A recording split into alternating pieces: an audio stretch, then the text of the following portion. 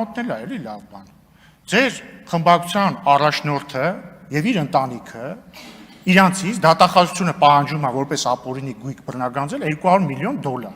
Պարոն Քոչարյանը, Ռոբերտ Քոչարյանի որդի Լևոն Քոչարյանը, եթե չեմ սխալվում, 21 տարեկանում միլիոնատեր ա եղել։ Եթե սխալվում եմ, կներեք։ Բայց գիտեմ, որ երիտասարդ տարիքում միլիոնատեր ա եղել։ Քավլիցի, ուրախ եմ ձեզ համար։ Բայց միշտ անդրամաբանական է, էլի, որ եկեք գալիս ասում եք, պարոն Ռուբինյան, ինչա ձեր եղբայրը աշխատում բանկում։ Լավ է, այ քեզի բան։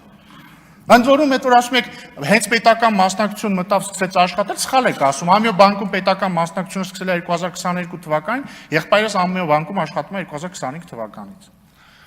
Այսքանը ձեր խմբակցության մասին համոռացա, Տիկին Գրիգորյան, գիտեք ինչի չի մասնակցելու ձեր խմբակցությունը քվեարկությանը, որտեղ դուք վստահ չեք, որ քվեարկության ընթացքում չի պարզվի, որ ձեր պատգամներից մի քանիսը ինձ են քվեարկելու, այդ թվում դուք։ Հիմա անցնելով Հարգարժան ուժեղ Հայաստան խմբակցությանը։ Տիկին Ղարամանյան, ես ցավում եմ, որ իրոք այդ